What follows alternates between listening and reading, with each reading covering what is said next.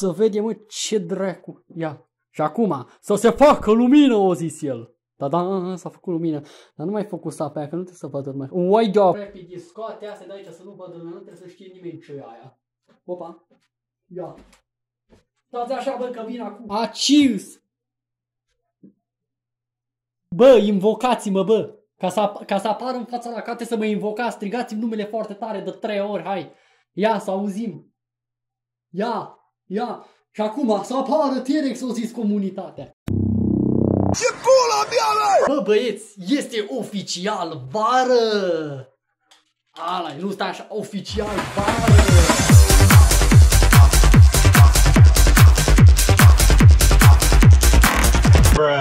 Să-mi bag pula, trebuie să închid geamul, că mă văd vecinii, mă. Mai închid geamul? Îl las așa? Să aude ceva de afară, nu se aude, e tot ok?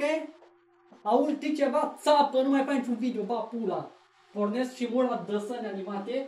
E gamba la televizor, mă? A, acista. Dar du-te, mă, acolo și vreau să bată pe acolo. Du-te, mă, numai scuze de asta. Dar nu mai vede, dă-i că mă iau cablul ăsta, mai da, mișcă. Du-te, ia să iau veiaza cu mine. Bă, sunt handicapat. Cu ce handicapat să-mi bagă picioare? Ia să iau cablul ăsta, trag toată veiaza de pe mine. No, hai, salut, bă, ce faceți? Bată afară, Dumnezeu, priviți. Dacă vă luați de barba, dacă vă luați de părul meu facial masculin, vă ia mama drag pe tot. Bă, ce mult o trecut de când s-a mai întâmplat T-Rex-mania, mă. Mai ține minte cine a T-Rex-mania, să-mi bag pula, mă. Băi de capul meu, a venit vara, ceea ce înseamnă amăgire și tristețe pentru mine, că o să aud numai câinii cu 30 de grade la mine în casă, nu știu cât dracu, atunci să-mi de aici câte grade, să daci că rain coming în pula mea, cum adică rain coming? E momentul ăla de an în care mai vin să mai fac un video în care mă plâng de cazele mele de viața reală, să-mi bag pula, ce ciudat e să fiu în față la cameră, bă, asta mai merge și e momentul ăla să-mi bag picioarele în scaunul ăsta. Astăzi ne plângem de chestii, că v-am lăsat pe comunitate, v-am întrebat în pula mea, stai așa să vedem. Mă duc acum, ok, open Google, să vezi că acum ce să mă joc, postare, să vă întreb ce vreți să fac. Și mulți de voi mi-ați să mă sinuci. De dracu mi-e canal de YouTube aici. Spostau din la canalul de YouTube, asta în community și au spus lumea ce v-am lăsat opțiuni și v-am zis, vreți să vorbesc de pe copilărie, ce vremuri mișcă am prețul ăsta astea. Pe v-am întrebat care e proiectul meu la care lucrez și pe care v-am dorit din cauza la care știu să-mi vorbesc. Dar jurtat au zis, suși pula de opositul dracu, bă. Toată lumea, 79% din votul lor arăta în multe. Acum zice așa, povești cu întâmplări tâmpite. Voi vreți să vedeți cât autiști? Astăzi mă ameni cu vecinii care sunt probabil pe geam la mine pe acolo. Salut vecinul, ce faci? Ai zahăr? Am decis, mi-am pus aici o tabletă pentru că sunt tehnologizat până la Dumnezeu în pulă și înapoi. Mi-am pus aici întâmplări tâmpite de ale lui T-Rex. Așa avem o listă foarte frumos să-mi bag. Cum a rămas eu în bucătărie? Cum era să mură de foame blocat în bucătărie timp de o oră? Credeam că o să rămân cu toată viața. No, era o zi frumoasă, ca oricare altă de primăvară, soare afară, tot frumos, ploua cu meteoriți, bute la mesau ucrainieni și așa mai departe. Mă duc, eu zic, hai să-mi fac ceva de mâncat și o ciocolată caldă, am zis eu. Făcut de mâncare, mi-am mâncat zilele și după aia mi-am pus nemaipomenit de frumos. Ala-i, OG T-Rex, să-mi bag pula. Mă asigur că filmează asta, ci să nu cumva să rămân fără content. Mă duc, eu îmi fac cafea, nicio treabă n-am avut pe dracuța mea. Mi-am pus frumos așa pe o farfuriță, exact ca un italian era, exact ca un englezoi care sunt în pula mea. Mi-am pus frumos pe aia și am zis, gata, mă duc să mă uit la desene animate, trebuie să pun clip pe YouTube, dar mă duc să mă uit la desene animate pe internet și să-mi beau din ciocolata caldă. Bă, și când dau eu așa, aveam într-o mână aveam ceașca și într-o mână aveam parfurea, știi? Și dau eu așa frumos cu degetul ca să deschid ușa, că nu e ușă foarte șmecheră, dai cu degetul să deschide frumos, așa mi-e mie puțin casă. Da, o să deschide, zic, bă, nu se deschide, bă, ce pula, nu se deschide, ce dracu, am zis de asta că pun astea aici pe masă, am pus una pe clanță și clanța era blocată. Hai să-mi bag, după mi-am adus aminte cu o zi înainte, mi-au zis, stai că nu a rămas blocat în bucătărie dracului, tot așa de aceeași pretext am încercat să iasă afară și am putut să mai iasă afară. Și am zis, deci ca să vezi voi, ușa de termopan, bucătăria mică e 2 pe 2, dracu, să e mică, nu, e cam pe jumătate cât e camera mea, dar voi habar n-aveți cât e camera mea, dar nu contează, vă luați așa. Deci, practic, sunt 3 cadavre de mine, deci e așa, 3 de ăștia așa ca mine, îi pui băța așa în pula mea și aia e toată camera. Acum aveam geam și puteam să sar pe geam, dar singura problemă e că geamul ăla e mare, dar numai un sfert din el să deschide și să deschide numai partea de sus. Și chiar dacă nu știam să mă strecor pe acolo cum sunt eu dracu, viezurile dracu, picam la mama naibii și vedeam niște chestii în fața alea acolo și nu era bine că muream în plumea și nu era o alternativă. Ce am decis ce o să fac? Păi în primul rând am sorbit o gură din ciocolata aia caldă și ca să fie plot twist-ul și mai mare, Bă, dacă n-aveam o căcare în mine, coaie. Bă, deci nu știu cum s-o aliniat, te trebuia să merg la baie, trebuia să mă duc să mă la dăsâne și aveai și ciocolată caldă, mai era și blocat în bucătărie și maica mea venea acasă că peste 3 ore, mă, ca să înțelegeți și voi. Am trecut la opțiunea numărul 1, bată în țava de gaz. Am început să bat în țava de gaz cu pretextul că poate o să mă udă cineva și o să vină să-mi deschidă ușa, dar fix pe dracu, am bătut în țava aia până mi-au și mâinile, până mi-a să-mi pice mâinile. Și după aia mi-a început să-mi fie frică, zic, bă, dacă dau mai tare în asta poate explodează dracu asta și mor, iar asta iar nu e opțiune. Bă, încât îți diavol la geam, șu de acolo, mă, uș, dracu, vrăbi, bă, da, cum să nimești tot la mine în geam? Bă, n-am văzut așa și toate alea se aliniază de favoarea mea, era să mă așez și pe lângă scaun. Am zis, ok, nu merge cu țava de gaze, încercăm opțiunea numărul 2, dai cu forță brută și am dat în clanța aia și după aia mi-am realizat că, bă, dacă dau mai tare poate să rupe clanța și rămâne așa blocat definitiv, o să trebuiască să sun la pompieri. Chestia amuzantă. Aia a fost singura zi în care m-am decis să nu iau telefonul cu mine, că de ce aș avea nevoie de telefon? Mă duc 5 minute, fac ceva de mâncare, îmi fac o ciocolată caldă și după aia vin înapoi. Foarte simplu, nu așa? Și fix în ziua mi-am lăsat și telefonul în casa aici pe masă, prostia asta de telefon, băga mea și picioarele în el, l-am lăsat aici, ni, prietena mea, ni. Face reveal, girlfriend face reveal. Uite ce frumos. Ați închis telefonul. Nile, uite ce frumoasă e. Hai de pula mea. Și stăteam eu, uite așa stăteam și mă rugam să nu mor în bucătărie de foame cu mâncarea lângă mine. Fără telefon, blocat în bucătărie, fără mâncare cu mâncare lângă mine și mai aveam și nevoie la baie disperată dracu. Și ce am decis să fac? Am luat spatula, mă, am luat spatula și ca în desene am băgat acolo, am gătat și am încercat să deschid ușa cu spatula, mă, și n-o mers. Am încercat cu forță brută, am încercat să dau cu pumnii în ușă, am strigat pe geam, dar nu m-a auzit nimeni evident în pula mea. Bă, și cum stăteam eu așa acolo și disperat și renunțam la viață și am decis, gata, aici o să stau 3 ore, nu mai sunt încăpățânat, că poate rup dracu ușa asta și după aia trebuie să sun, o să ajung la știri. Primul idiot care a rămas blocat în bucătărie și după aia trebuie să sun la pompieri să-i taie ușa de termopan. Bă, și cum stăteam eu așa și am dat așa, nu mai știu când dracu, am dat așa de mâini până pe acolo, că mă enervasem. Bă, și am lovit așa puțin clanța, mă. Și s-a deschis ușa. Bă, deci ca în filmele cu proști, bă, deci pe cuvântul meu, asta e pe bune, chiar așa s-a întâmplat. Deci m-am chinuit de ultimul an, nimic nu a funcționat. Ușa era blocată, clanța nu s-a mișcat din loc, am tras de ea că de tare am putut, mi-era frică că rămân cu clanța în mână, dracu, și atâta mi-era, îmi dădeam clanță singur. Bă, și am dat așa puțin cu mâna pe ușa, s-a deschis, așa, am zis, băga mi-a pula să-mi bag. Băi, eu așa ceva nu cred, dar n-are sens. Pornește, bă, Discord, hai mă o dată, bă, fută-te Dumnezeu, intrați pe serverul de Discord în descriere, da? Să vă prind că nu uitați că dragi mâncați. La disco mere, ce zice Alessia? Ce scuze, girlfriend, știi tu chestii cu prieteni, dar asta nu știți, voi n-aveți prieteni, nu aveți cum să. Hai să bag pula astea de următorul subiect, nu mai împunește tableta cu ce se întâmplă, bă, trezirea. Ce-mi place mie cel mai mult vara, e că am motive să mă enervez 24/7, să-mi bag picioarele, mă. Hai de capul, vecinul meu care are vreo 5, 6, 7 câini așa, spăl Dumnezeu, numai asta în partea asta, că mai am unul în partea asta, care și asta tot la fel, are vreo 3-4 câini de aia și sunt mare dracu, mă. Bă, dar eu o perioadă bună, zile, câteva luni, a trebuit să mă răscurc cu câini de veciului care transforma curtea mea în veciului personal. Bă, veneau câinii aia noaptea sau timpul zilul contra că venea să căcau la mine în curte, coaie. Aduneam câte 3, 4, 5 căcați din curte și eu n-aveam câini, asta era cea mai ciudată chestie. Și după aia mi-am dat seama, bă, dar dacă sări câinii de la vecinul meu. Și l-am și văzut în curte și făcea chestiile astea. Odată, ba chiar odată mi s-a suit în por. Vă știți cum e să stai la 12 noaptea, să te joci frumos Path of Titan și deodată să auzi așa pe pod că face. Bă, a zis Aleșa, hai, ia stai așa, stai, uite, v-o zis bună, mă, handicapaților. Toată lumea say hello to Alessia in chat, ia. Stai că era să pun camera invers, nu era să filmezi geamul tot timpul ăsta, ce handicapat să-mi bag picioarele. Fix asta e problema mea de ce urăsc câinii. This is the reason why I'm a cat person acum. Pentru că mea să vor câinii. Aia pe gălăgie în partea sunt o teroare nenorocită și dacă mă uit pe ăstă gardă mănâncă fața dracului, dar și nu știu ce vreau să mă uit pe ăstă gardă vecina acum. Ăștia din partea asta care literalmente îmi sar în curte și îmi fac de... Bine, au pus un gard de plasă pe acest oară, sigurat de chestia asta, dar dura mult și bine. Și-au pus gard de plasă fix pe locul în care nu sare câinile. În locul în care sare câinile nu au pus gard de plasă. Aia, acum vreau pus vreo câteva săptămâni sau 2 ori puși acolo. Dar Doamne, fupei. Ca să mai vorbesc că dacă las o geamul deschis, eu nu mai pot să mai dor noaptea, mă nebunez, mă. Numai lătrături aud în continuu. Dar dormeam așa frumos la 5 dimineața, am început să aud lătrături de câine și n-am mai dormit până la 7. Uite așa, am stat și mă uitam pe tavan. Și mă rugam. Nu știu la ce mă rugam, dar mă rugam. Altă chestie e cum mă lovesc eu singur. Mă, mi-am trecut frumos aici. Doamne, ce frumos e să-mi scriu toate chestiile. Parcă e mai ușor așa să țin minte. Dar cum mă lovesc eu singur, nu știu, am un handicap foarte ciudat. Eu de fiecare dată când mă trezesc, dracului, mă trezesc cu o vânătaie în sau cu o lovitură sau cu o durere. Într-o zi m-am trezesc cu o durere de gât enormă și cu o mână care era aproape mortă. Dar nu știu ce dracu mi-am făcut. Problema e că eu când dorm, nu știu ce dracu, am visat tot fel de chestii astea și așa de imers sunt eu în visuri ca în joace, mă. Mă încep să mă lovesc singur în pula mea, ce dracu fac, joc box cu mine. Odată nu știu ce n-am făcut și Așa am făcut dată, eu când dormeam și-am dat cu capul la perete, foarte aproape de perete, și am făcut așa odată și am dat cu capul în perete, mă. Uai să mă fută Dumnezeu, uite, dacă m-am trezit instantaneu și că m-a luat somnul imediat după aia, după lovitura aia. Dar nu știu, eu sunt foarte autist, să-mi bag pula mea, de fiată stau așa și mă gândesc, bă, spune-le mă și nu ce mai să mai vorbi la mea, dar nu mai de-astea intervitul mereu. Bă, sperietare de cioră. Doamne, ce mi-a dat bă, și se editez aici, mă, nu uite că tot doi idioți ca să ceartă în continuu ăla care stăm până pe scaun acolo spawnat.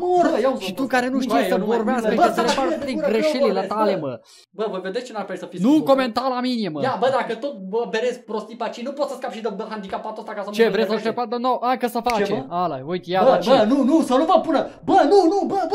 Și hai ca să fie totul și mai bine și ca să mulțumească lumea, ia dispar și tu ia du-te dracu daci.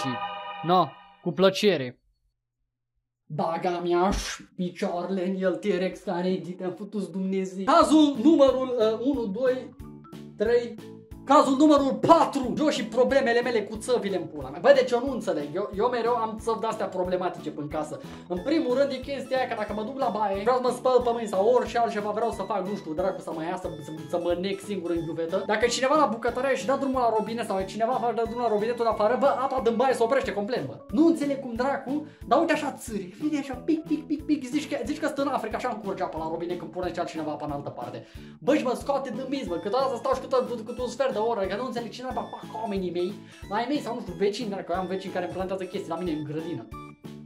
Bă, nu vă dați seama ce viață grea am eu, dar hai de pula. Să-mi bag picioarele și ca să mai zic că a fost și țava aia care mi s-a spart random așa, mă, mi-a plezit o țavă în baie într-o noapte și a început să facă zici că e creeper-ul din Minecraft. Bă, și cum ieșim noi așa până casă, dintr-o dată era Venezuela la mine pe o zi, mă, ce dracu? Mă ducem în baie, unde-i țava spartă, unde ne-am dus tocmai în spate la WC, dracu, era o țavă acolo, care era așa îndoită. Și chestia o ce da, dracu, să ia de la presiune, dacă de-aia vechi sau morți, mă, ce s-a întâmplat, că așa a început să curcă pe ăsta, mă. Meșterie pe inginerie, bă, stai, mi-e tună procesul aerul. Lăsați-mă mă să-ți tu și chestia aceea, sunt foarte profesional și n-am fost prima dată, mai am o țavă, apare că tot așa a început să țâșnească pe un perete, mă. Pur și simplu așa, nicio treabă n-aveam, într-o zi de vară frumoasă, nu știu ce dracu zi era, cred că de cauza la Africa venise primăvara, am început să țâșnească așa pe un perete. Are probleme cu țevele, mi s-au stricat și robinete de vreo 20 de ori, mi s-a stricat și capul de duș de vreo 5 ori. Nu știu de ce, dar la mine țăvile și apa în general și tot sistemul ăsta, dar să-mi bag picioarele, să vede că trăim în România, numai Dorei lucrează pe păstă, mă fără în Dumnezeu. Și acum, la pies de la Resistance, care îmi vine să mă dau cu capul de pereți, că mi-aduc aminte de chestia asta. Bă, eu sunt somnambul. Am probleme că mă plimb în stomn. Hai, nu știu dacă v-am mai spus o chestie asta, dar sunt handicapat, mă, eu, sau nu știu care dracu e faza, chestia asta cu somnambulismul ăsta. Prima dată când mi s-a întâmplat chestia asta a fost când m-am trezit odată la mine, că dormeam la mine în cameră nicio treabă n-aveam și deodată m-am trezit la ei mei în pat. Dormeam așa ca pisică, uite așa în covăt acolo, că nu așa doar pisici, dormeam la ei mei acolo în pat, dracu ca pisica și mă tot lovea cu piciorul, așa, îmi dădea cu piciorul și așa, bă, du-te bă la tine, în pat, ce dracu faci aici? Și mă trădeam și uite așa, făceam, zici că eram pe drumul și stăteam, mă gândeam, bă, ce dracu, cum am ajuns eu aici? Habar n-aveam, nu știu ce dracu fizam în momentul ăla, m-am trezit, asta a fost primul caz de care mi-aduc aminte, că poate au fost mai multe, dar astea sunt povestite de-ai mei mare parte și unul pe care l-am experimentat eu, că era să după aia, următorul caz a fost așa, am povestit taică, nu că stătea la treninga sau nu știu ce dracu făcea, eram, nu știu, eram încă la școală, nu eram la liceu încă, că eram în clasa 7 sau ceva. Și dormeam toți în aceeași cameră pe timp de anul, n-aveam încă 10 intrare și toate prostile astea, n-aveam luxul ăsta. Acum când am devenit YouTuber îmi permit, dracu, uite, vezi, dar asta e motive bune să devii YouTuber. No. Și cum, de ce am luat poziția asta? Ce dracu? Stăteam, te păi că să dau la televizor la 3 dimineața, că el nu doarme, dracu, niciodată, el vara nu doarme, deși era iar. Povestea că m-am ridicat în pat, m-am dus frumos pe ușă și după aia a auzit ușa de la ieșire. A auzit ușa de la ieșire și a zis, bă, ce dracu faci ăsta? S-a ridicat, a venit după mine să vadă ce se întâmplă. M-am dus frumos în friga la mamaia și la tataia acolo la bunici, dracu, la ei acasă. Trăim în aceeași curte, ca să nu m-am dus de nebun pe drum, că dacă ieșeam pe drum asta era și mai grav în pula mea, că ajungeam pe la știri GTA în viața reală, cu somnambuli. Sau poate și mai rău, invazie zombie, cu un singur zombie, adică eu, uite-te la mine, n-ai cum să-ți dai seama dacă eu sunt un zombie sau nu. Dar nicio treabă n-aveam, deci m-am dus la ea acolo și am început să fac ca toate maimuțele posibile, dracu, am început să mă urancutanez pe acolo și oamenii s-au spus, bă, ce-i în regulă cu tine, ce-i pățit, nu știu ce. Și făceam că făcea ca toți nebunii pe acolo, după aia am făcut așa mare mare săritură, leap of faith, am făcut direct la impact și m-am băgat și m-am culcat acolo. Și după aia nu m-am mai trezit. Și a venit taică și m-a luat pe sus și m-a dus el până escort, așa înapoi. Astea sunt povestite de exact în detaliu. Nu știu exact ce s-a întâmplat, că eu nu eram conștient de chestia. Acum, un caz și mai interesant care mi s-a întâmplat recent, treaba asta, mă întreb de câte ori am fost o somnambul, mă trezesc, că tot, eu vedem mă trezesc în ipostaze ciudate, mă trezesc în locuri ciudate și cu dureri ciudate. Asta mi-aduc aminte că și ce visam, că s-a întâmplat recent, s-a întâmplat acum vreo, nu știu, câteva luni, era undeva la 5 dimineața, cam așa, când mi s-a întâmplat chestia asta. M-am trezit singur, dracu, ca să înțeleg ce s-a întâmplat. Era undeva la 5 dimineața, dracu. Și eu visam, nu știu, visam că vreau să mă duc la geam și nu știu, să fac ceva, nu știu, să vorbesc ceva, parcă era răduc pe la geam sau ce dracu se întâmpla și era în capul meu. Și m-am dus așa frumos în mână mea și am simțit așa un curent de aer și o forță centrifugă care mă atrage cu foarte mare putere. Și după aia o durere spintecătoare pe partea stângă a corpului. Ce s-a întâmplat? Practic că m-am trezit după aia pe jos. Eu pur și simplu am făcut dragoste cu podea în momentul ăla, ca să înțelegi ce s-a întâmplat. M-am trezit pe jos. Uite așa eram pula mea pus pe jos acolo. Cu umărul stâng, nu știu, l-am dislocat și ce dracu mi-a făcut, că m-a durut mai bine o săptămână, m-a durut, nu puteam să mișc mâna asta cum trebuie. Eram cu carpeta în picioare, împășurat dracului și eu în fața pat, uite aici eram, dar mai bine uite aici eram, cu carpeta asta pe mine, uite acolo eram și eram mort în pula mea. Bă, despre aia așa, ca să vă fac o reconstrucție a creierului, acum am picat ciocul aici, bă, deși atent cum am venit. Deci am venit așa, am luat asta așa în picioare și m-am dus uite așa. Am picat pe burtă, frumos, maica. Stai că la face dură de, deci am venit așa și am picat, uite așa, ai, uite așa, ajung de la spital, bă. Eu dar ce nu mă mai ridic. Nu uite că am pus camera invers. Eu zăceam acolo și au zis și ei mei că maica mea se trezea așa, se trebuia să plece la muncă. Și au zis chestia asta și au venit să vadă ce se întâmplă și m-au văzut leșinat acolo pe jos. Acum nu știu cât dracu am stat eu confuz, inconștient acolo. Când sunt eu conștient. Auzi că eram acolo, dracu, și când m-am ridicat, așa am încercat să pun mâna să mă împing, că am mama, dacă mi-au troznit umărul ăsta odată, am zis, mă, ce dracu am făcut? Eu înțeleg că sunt numai oase și ulcele, dracu, dar m-am făcut Lego că am picat pe jos. Aici m-am ridicat acolo, mă durea partea asta, că am dat cu, am avut noroc cu nasul ăsta, că am nasul mare și că am dat așa că m-a pivotat acolo, ca să nu dau cu uite așa să mă zic că vreau să-mi suc pula singur. Astea sunt cazurile mele de somnambulism. Voi a fost o dată somnambulism, nici nu aveți de unde să știți, dar hai de cap. Eu acum știu de ce încuie lumea ușa, eu acum știu de ce noaptea lumea și încuie ușile, nu ca să intre hoțe pe astea chestii astea, că oricum hoții intră, n-au nicio treabă. Vine și ca moșcăciun pe horn dacă ai sobă. Dar oamenii și încuie ușile numai așa ca să nu ajungă să fie somnambul, să iasă pe drum, să înceapă să fure mașini, să-i calce tramvaiul. Uai, nici nu vreau să mă echipă ce cazuri de-astea ciudate am mai avut eu. Cred că e cel mai mare autist care a trăit vreodată pe pământul ăsta. Numai prostii mi se întâmplă, dar majoritatea sunt numai ghinioane, dracu, nici nu că să... Apropo, vă place tricul ăsta, l-am găsit recent. Nici nu mai știu, cred că asta n-a mai fost uitat într-un video, mi se pare prima dată că l-am apărut eu pe tu sau nu mai știu că... Nu prima dată, nu. Știu că mi-a apărut tricul ăsta undeva, uite ce urât s-au făcut sărac, să-mi bag acolo. S-o și lăbărțat de când asta, uite, mai încape încă unul, no. Care vrea să intre în tricoul ăsta cu mine? Hai să împărțim frățești. Că tot zicea Alesia că bă, nu o să mi se potrivească mie tricoul ăsta, că nu o să ne... Știi ceva, nu o să continui chestia.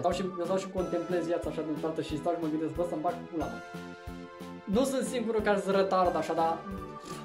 Dar mai tac dracu de gură. Da, bă, că încheie. Da, încheie dracu, nu te mai bă, m-am plictisit eu de când am ascultat și la tine. Doamne, dar cine e dracu? Uite, am început să facă. Bă, dar ce pus ăsta să vorbească ea? Bă, da, ferați-i dracului, că să opriți-vă odată cu argumentele astea, că oricum nu se vede la mizeria asta, mă plictisiți de atâtea ore și stați la tot viața asta, să fie mama dracului pe amândoi, mă. Hai, gata, dispăreți la ciurată. Nu să faci mai mica cu voi, dă-te dracu capul de tropa. Mă, Dumnezeu ce m-am lovit, ai de pula mea.